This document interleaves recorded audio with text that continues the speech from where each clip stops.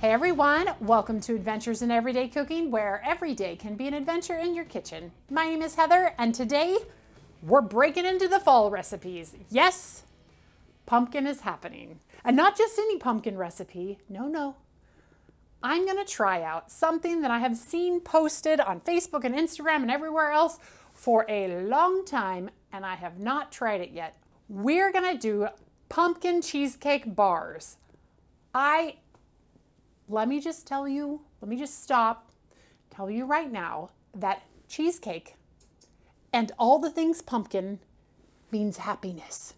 So I have a feeling this recipe is going to be a success, but as always, it's an adventure. So let's get started on this adventure. You ready? Let's go. All right, like always, I will leave a link to the original recipe in the info box below, so be sure to check that out for all of the quantities, because sometimes after I measure, I forget how much it is, and I definitely don't want to steer you wrong. And always, you can find the recipes linked on www.adventuresinEverydayCooking.com. Just look for the title of this video and maybe the little thumbnail, and you're golden. Okay, so let's get started on this fabulous adventure. So the first thing that we're going to want is an 8-ounce block of room temperature cream cheese. And we're just going to stick it into one of our 2 bowls. Next, we're going to add in the sugar, the vanilla extract, and you can totally use vanilla paste for this, and 1 egg. And now we are going to give that a mix. And I'm actually going to use Pampered Chef's brand new Flex Plus. I've actually never used it before. This will be my first time using it, but so far, the only thing that I will say about this little machine, which I use the food processor, pretty darn cool, but what I'll say about this being a mixer is it's awfully heavy. So if you have to do meringues, this might take a hot second. It might fatigue your arm a little bit, because it does have a lot of weight because you're holding the battery and the motor all in one. So that's the only thing that I noticed about this right away as soon as I put it together. Okay, so those of you who don't have one yet, you have to push the button in order to turn it on, because that's the safety right there. Luckily, I figured that out before we started the video, because when I took this out of the box and was messing with the food processor one, I couldn't get it to go on. And that's because they had a safety button here at the bottom that had to be pressed before it could go on. So great safety features, but oh my goodness, like I couldn't find the safety button. I had to go to the manual and be like, where's the safety? Oh, there it is. So if you read your instructions, you might be able to find the safety button, but I actually overlooked that part until I was trying to use it and it wouldn't go on. So anyway, that being said, let's get this going. All right, and I will tell you, that is very heavy. My arm, and it does not stand up. Nice. Honest review. Well, there it is. It's rather heavy, which kind of bums me out a little bit, because now my shoulder is a little fatigued and I didn't even get it to smooth yet. It doesn't stand up. Well, I mean, I guess it does stand up, but not very well. Like, it's a little back heavy, so I would not stand it up. You would have to lay it down. Hopefully, you know, Pampered Chef makes adjustments to their products as the year goes on. Hopefully they will make an adjustment to the fact that it doesn't stand up, but I'm not exactly sure how they would do that. Like, I don't know what adjustment they could make to make it stand up. So that's a little bit of a bummer. Maybe without the battery, does it stand? Nope, it's still back heavy. Okay, well, that's good information. And like I mentioned, I'm not completely smooth yet, so I still have to do this some more. So honest review from the Pampered Chef gal. I mean, if you need a hand mixer, this is pretty heavy. But the other tools that it comes with, I mean, there's a trade-off. At least I have a hand mixer now, because I haven't had a hand mixer for a long time. I used to have a KitchenAid hand mixer, and I blew it up with all of my baking. That's when I decided to get a KitchenAid stand mixer. So, real life. All right, that is as smooth as that's going to get, and I'm going to lay it on its side over here. And our filling is now ready to go. Go ahead and preheat your oven to 375 right now, which I've already done, so we're check. We have greased our 9x13 pan. I'm gonna use some Polish pottery here. I actually went to Poland with my aunt, the one that was in Germany. You saw Sydney, her mom. I went with her to Germany and we picked up some Polish pottery there. Some of my favorite baking dishes. It's a lot of fun. If you go to Poland, be sure to bring an empty suitcase. That's all I'm saying. I mean, I got Polish pottery all over. All right, so let's switch bowls now, and we're gonna put in our pumpkin, the egg, the sugar, and the oil all together, and we're gonna give that a mix as well. All right, thank you, Flex Plus. I am on the fence about you, but the other things, they're pretty cool. I'll show you in future videos, but as a hand mixer, this is just really heavy. And now our directions say to add the flour. So we're just gonna sprinkle it on the top like so. The baking powder, the baking soda, and the salt. Again, I'm just going to sprinkle on top, try to disperse it very well. And then it says to use 1.5 teaspoons of pumpkin pie spice. However, I'm gonna use the cinnamon plus spice blend because I know it's very similar to pumpkin pie spice and it's so delicious. So the addition in this one is a little bit of orange peel that just gives it a bright note. I almost feel like it is better than pumpkin pie spice, but you be the judge. All right, and then we're gonna sprinkle that over the top as well. And we're just gonna use a spoon and bring it all together. I feel like this recipe would work really well with a gluten-free flour blend, so I may have to try it because, yeah, the way that it's coming together, I'm pretty sure that's a possibility. I will try it, and I will let you know right here if there's a gluten-free recipe below like this.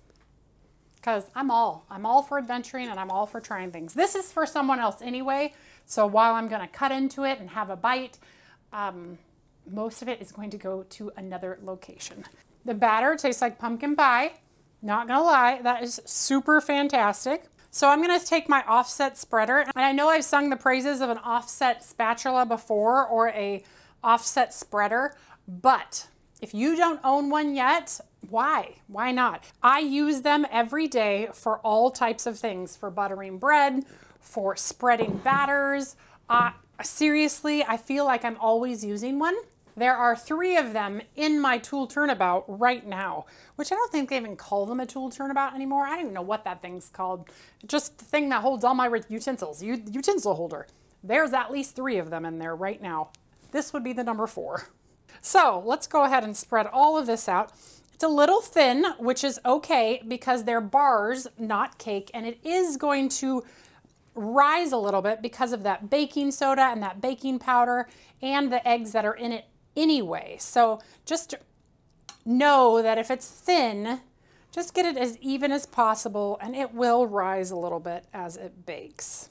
Looks good. Okay, now comes the fun part. Now we get to decorate. Oh, look, I didn't see that I had got it on the side. All right, well, we're just gonna, Don't do that. Flour is raw, the eggs are raw. Okay, so here's what we're going to do. So we're gonna take our cream cheese mixture and we're just going to dollop it in places. It doesn't say how much cream cheese mixture to dollop everywhere. So I am just going to kind of put it all the places and fill up this pan. And then we're gonna run a knife or some kind of tool through it and make it all kinds of twisty, turny, beautiful. And another mix and scraper so that I can, whoa, get the rest of this cream cheese on there because we definitely don't want to waste any cream cheese, any cheesecake mixture, because the cheesecake part of this is half my favorite part. The other half is the pumpkin part. which is why this is a match made in heaven. Pumpkin, I actually make a really good pumpkin cheesecake. It is a 2-layer pumpkin cheesecake. I think it's Kraft's recipe. We make it every year, actually. My sister, Stacia, if you're watching, actually Dan's probably watching. Hi, Dan. Stacia actually first made it for us years and years and years ago. And since then, we make it almost every year. And it is a layer of no-bake cheesecake and then a pumpkin layer with a graham cracker crust. And I have made it gluten-free. It's delicious. It's delightful. It's amazing. It's a no-bake pumpkin pie, no-bake cheesecake.